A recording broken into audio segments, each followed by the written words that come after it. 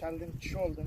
Gələcəkdə uşaqlarınla, arvadlarınla beraber burada bir aile başçısı kimi otlayarsınız.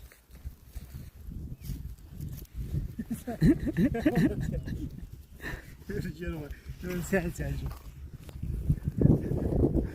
Məndən səni çox istəyirəm. Hələ bu qaç kürək dalını qaçır.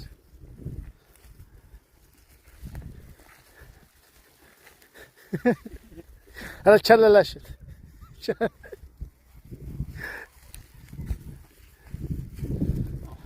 İndidən örgətmə. Bax, Allah haqqı vuruq bir cümlə eləyəcəksən.